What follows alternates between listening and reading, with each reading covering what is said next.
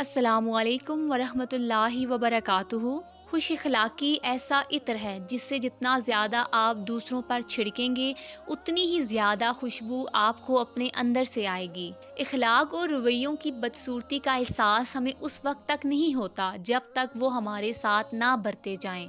لٹا کے عمر کی دولت وہ خالی ہاتھ بیٹھی ہے، کس ظالم کی جنت یوں سرے بازار بیٹھی ہے۔ ادھوری باتیں اور ادھورے جملے سن کر اپنی مرضی کی داستانیں تخلیق کرنے والے لوگ ہمیشہ دکھ ہی اٹھاتے ہیں۔ کچھ رشتوں کو نبھانے کے لیے لوگ پوری ایمانداری سے بے ایمانی کرتے ہیں۔ نصیحت کیجیے مگر شرمندہ نہ کیجیے، مقصد دستک دینا ہوتا ہے، دروازہ توڑنا نہیں۔ حضرت امام علی علیہ السلام فرماتے ہیں کہ ایک زمانہ ایسا بھی آئے گا کہ لوگ اپنے رب کو بھول جائیں گے، لباس بہت قیمتی پہن کر بازار میں اکڑ اکڑ کر چلیں گے اور اس بات سے بے خبر ہوں گے کہ اسی بازار میں ان کا کفن بھی موجود ہے۔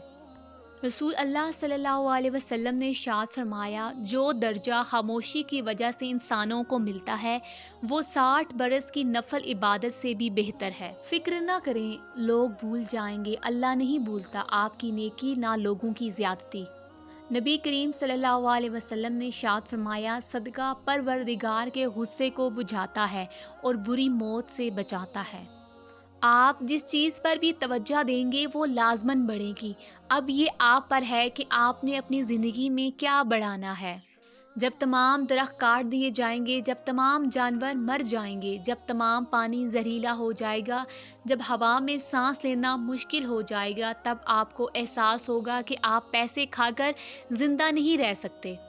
جس مستقبل کے لیے آپ پریشان ہو رہے ہیں، ہو سکتا ہے اس مستقبل میں آپ ہی نہ ہوں۔ خوش رہیں، خوشیاں بانٹتے رہیں۔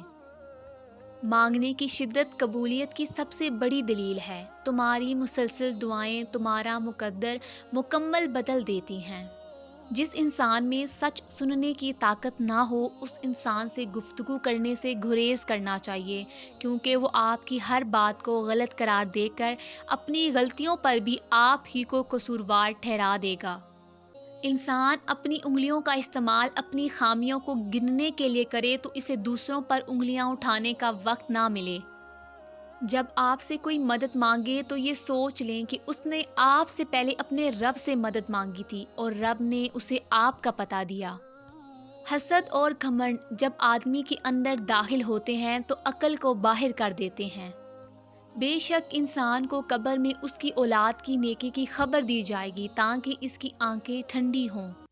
اگر آپ کو یہ ویڈیو اچھی لگی ہے تو ویڈیو کو لائک کریں اور چینل کو سبسکرائب کریں۔ اگر آپ یہ ویڈیو فیس بک پر دیکھ رہے ہیں تو ویڈیو کو لائک کریں اور پیج کو فالو کریں۔